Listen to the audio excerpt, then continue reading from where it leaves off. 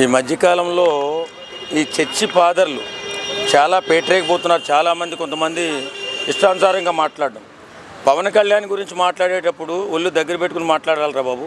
ఎవడో ఏ ఫాదర్ అయినా కానీ మీ దేవుడిని, మీ నమ్మకాన్ని మీరు నమ్ముకోండి. జనాల్లో దేవుడైనటువంటి పవన్ కళ్యాణ్ని తీసేస్తుంటే తొక్కిపారు దింగుతారు. ఈ మధ్య బాగా బలిసిపోయింది. ఎందుకంటే ఈ చర్చి ఫాదర్సు కొంచెం విపరీత ధోరణికి వెళ్ళిపోయి హిందువులని కొంచెం తిట్టడం అలవాటు చేసుకున్నారు. దశంభాగాలు తీసుకుని అడ్డగోలుగా బలిసి ఏం చేయాలో తెలియక ఇష్టానుసారంగా మాట్లాడుతున్నారు. ఈ సందర్భంగా చెప్తున్నా, అరే మీరు ఎవరు జోలికన్నా వెళ్ళండి, పవన్ కళ్యాణ్ జోలికి వెళ్ళి హిందువుల్ని దుర్మార్గులుగా చిత్రీకరించే ప్రయత్నాలు చేయకుండా ఎదవల్లారా. మేము ముందే చెప్తున్నాం, మీరు ఫాదర్లు అయితే మీరు మీ మతాన్ని గౌరవించుకోండి, మీ మతాన్ని మీ దేవుణ్ణి ప్రార్థించుకోండి.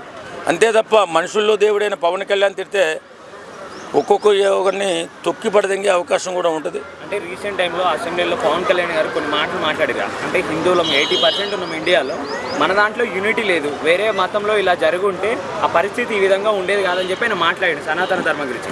దాన్ని దృష్టిలో పెట్టుకుని ఆయన మాట్లాడింది కాబట్టి ఆయన స్పెసిఫిక్గా టార్గెట్ చేసి ఆయన పైకి వెళ్తుంది. ఈ డానియల్ అనే కుక్క కూడా మాట్లాడింది కదా. మరి మనలో యూనిటీ ఉంటే అలా మాట్లాడగలుగుతాడా? హిందువులలో యూనిటీ ఉంటే ఇలాంటి జాతి తక్కువ కుక్కలు వచ్చి మాట్లాడతాయా? ఇప్పుడు ఎవరి మతాన్ని వారు గౌరవించుకోవాలా, ప్రార్థించుకోవాలా, దేవుణ్ణి పూజించుకోవాలా. అన్ని మతాలని గౌరవించుకోవాలి, మన సాంప్రదాయం రా బాబు. అరే మన యూనిటీ, మనం యూనిటీగా ఉండాలి అని చెప్పి అనుకోవడంలో తప్పే ఉంది. యూనిటీగా లేకపోతే కొన్ని అరాచకాలు జరుగుతున్నాయి ఈ మధ్యకాలంలో. అందుకని పవన్ కళ్యాణ్ గారు ఆ మాట అన్నారు. ఆ మాత్రం దానికి ఈ అవులేపాదులు వచ్చి ఒక్కొక్క నా కొడుకు తిరుగుతారా ఊళ్ళో. ఎందుకు ఎదవ మాటలు అన్నీ మాట్లాడతారు? వెదవల్లాగా మారిపోయారు. దశంభాగాలు తింటున్నారు. తినండి, ప్రజల్లో పెంట తిన్నట్టు తింటున్నారుగా.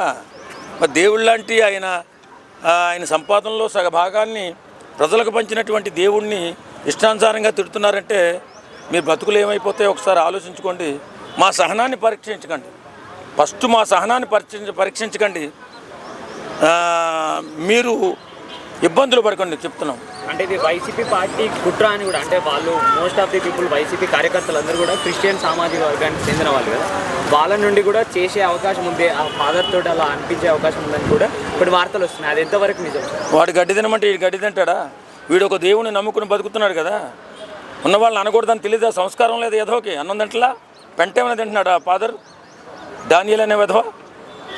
వేసిన కొడుకులంతా ఈ మధ్యకాలంలో ఈ క్రిస్టియానిటీలో ఫాదర్ని అని చెప్పుకుంటూ ఇష్టానుసారంగా హిందూ మతాన్ని తిడుతూ ముందుకెళ్తున్నారు. ఒక్కొక్కడికి చెప్పు తెగిపోయేలా కొడితే కానీ వీళ్ళకి బుద్ధి రాదు.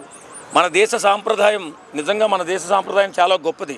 సనాతన సాంప్రదాయం అంతకంతే గొప్పది. మన దేశం ఎప్పుడు కూడా ఒకరు యుద్ధం చేస్తేనే మనం యుద్ధానికి వెళ్ళాం తప్ప ఎప్పుడు కూడా మనం యుద్ధానికి వెళ్ళిన చరిత్ర లేదు. అలాగే ఒకడు మనల్ని ఏమనకుండా మనం వాడిని ఏమనే సంస్కారం కూడా మనకు లేదు. కానీ ఈ మధ్యకాలంలో చీడపురుగుల్లా బయలుదేరి కొంతమంది ఇలాంటి వెధవలు ఎక్కువగా మాట్లాడడం, బొట్టును పెట్టుకుంటే బొట్టుని విమర్శించడం, ఏదైనా దేవుడికి పండగ చేసుకుంటే పండగలను విమర్శించడం ప్రతి సన్నాసికి అలవాటైపోయింది. రీసెంట్ టైంలో చూసుకున్నట్టయితే తెలంగాణలో, ఆంధ్రలో బోత్ ఎక్కడ చూసినా కూడా మతపరమైన గొడవలు రీసెంట్ టైంలో ఎక్కువ అవుతున్నాయి, మత కలహాలు.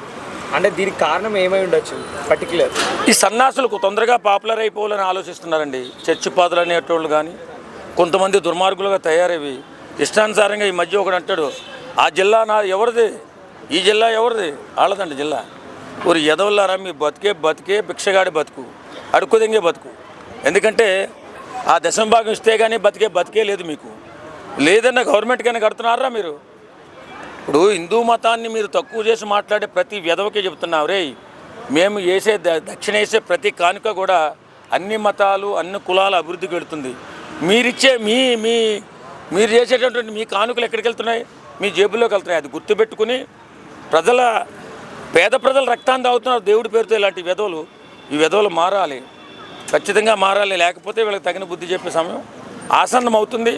సంఘటితంగా హిందువులంతా కూడా ఒకటేలాగా వీళ్ళే ప్రేరేపిస్తున్నారు.